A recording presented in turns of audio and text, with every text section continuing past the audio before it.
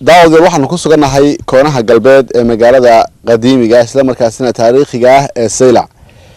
daawada halkan saa ku aragtaan bageelin waxa uu daaq tagay dhinaca badda. dad badan waxay ka warhayaan geelu iyo horweyntiisuba in dhulka hawdka ah iyo dhulka caleenta leh ee aan badda ahayn ee bariga ah ay daaqa u doontaan. hayeeshee magaalada Saylac waxay caan ku tahay xoolaha barkood waliba geelu in xagga badda u foofaan. sida halka idinka muuqatada geelaasi saaka wuxuu soo daaq tagay badda gudaheeda. bardaba geelan iyo intuu halka joogayo iyo sidoo u daaqo balaynu ka waraysan Maxamed Cawaaro oo kamid ah dadka magaalada isla markaasina ah wakiil wareedka telefishinka Hon Cable oo isagu dhacdadan u soo jooga maalin kasta.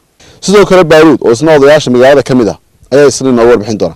aan ku horeeyay Maxamed Cawaale geelani inagoo arkayno badii galay halkaas uu daaq tagay. xoolahan waxa lagu yaqaan inay sida caadiga bariga ay u daaq tagaan. maxay tahay mucjisada ku duugan in geelani uu biyahan dhaxmaro oo deetana badda u daaq tago? cabshikuro horta waa su'aal wanaagsan.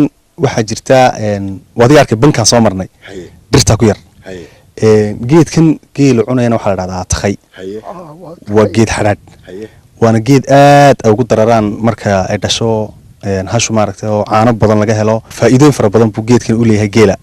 sidaa darteed geedkii wuxuu ku dhex yaalaa biyaha badda dhexdooda. laakiin geelani cabshikuro iskama galan badda wax ku galaa biqiyaasihi GPS buu wataa. waxa GPS ka oo ah hasha ugu weyn ee ugu da'da weyn ama se awrka ugu weyn. si aad arkaysay waxay ku galeen line ilaa imka waxaad arkaysaa line bis daba marayaan. linekaas wuxuu eegayaa miisaanka balansiga biyaha meesha degaysay meesha kale. awrkaasi markuu ilaa 5 tallaabo ka hor ilaa 6 tallaabo ayay mid kale daba galaysa. sidaas ku galayaan dhamaantood. marka waxaad leedahay xitaa geeli baa ka maarmi waayo arag u horeeyo meesha uu hubiyo aad iyo aad waxa taa ka sii daran markay badda soo buuxsamayso awrka ka saaraya oo dareemaya badda inuu soo socdo inay markay meelaha u dhaafto kor u soo socdo uu dareemaya. dibadna waxaad arkaysaa waxa ku tusi doona awrkaas oo garaacaya aaranka iyo halaha iyo inta adigu maatida isagu wuxuu yahay meesha ka saar ka baxale oo ka dareerinaya arkaysaa. takale waxay arkaysaa haddii digto meeshu geelaasi halkaas uu isdaba taagnaanaya ilaa iyadu dhaqdhaqaaq sameeyso hadday dareentay degaysana barta ay joogtay sida miinado kale maartay la dhado dib u noqo dhinac ma laamayse halka ay joogto ayay dib uga noqonaysa. markay arkaan hashi oo soo jeesatay neef walba bartu joogo soo jeesanaya badda fara badan lagu magalo raadka waa hal ilin waa hal neef oo kaliya ayay waqti dariiqaas oo waliba isku dhadhawa waxay siinayaan space ay ku soo kala noqon kartaa بالسينيا. بارودو أنت ما حد كدرس هذا. وعن كدريا أرنكا والكي ليه أنا قاب مرخاتيا وهو تين نف قرا بجيل جبجي سبع بماموليا نف قدام بيجي نف كأوريان وسوحي كأمر قاليان يوكل كوجوك سلبا أي ولا جوك سليا كل دكاكو ولا دكاكيا دري خليه جلاس أجوجيا مال خليه كولا جلايا كل أول هالكادرين لا هالشو أي درينتو ويش يسوي رجيسا جالي نويش ولا رجيا نفك أوري يسويا كل هول مرة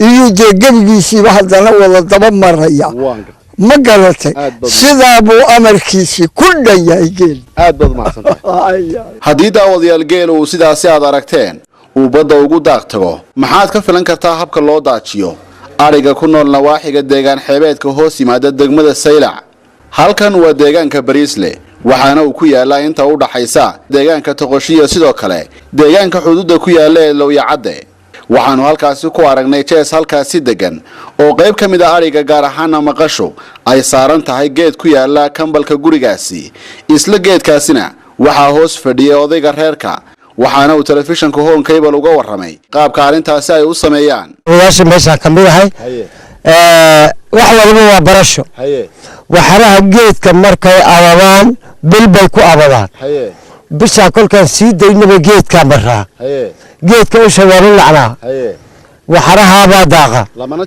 lamana jaro waa mamnuuc waxaraha baa loo daaqa wuu fiilaa meelaha adigu 15 cisho kolkuu fiilo iyo yana hadaan leeyahay haddana saaraa inta kalena kuwa kala wareejiya inta kalena kuwa kala wareejiya weysdaba wareeg deegaankan bariislo oo dhan waxaaba sidaaba isticmaalaa dhinaca kale marka laga eegana qaab daaqsimeedkani waxa uu dhiiri gelinayaa ilaalinta deegaanka maadaama dhirta laga ilaalinayo in la jaro dadka deegaankaasi ku dhaqanna ay dhirta aad u tixgeliyaan sababtoo ah waa geedkii berri ay xoolaha saari lahaayeen geed kasta oo la jarana waxa uu uga dhigan yahay inay waayeen dhul daaqsimeed ballaadhan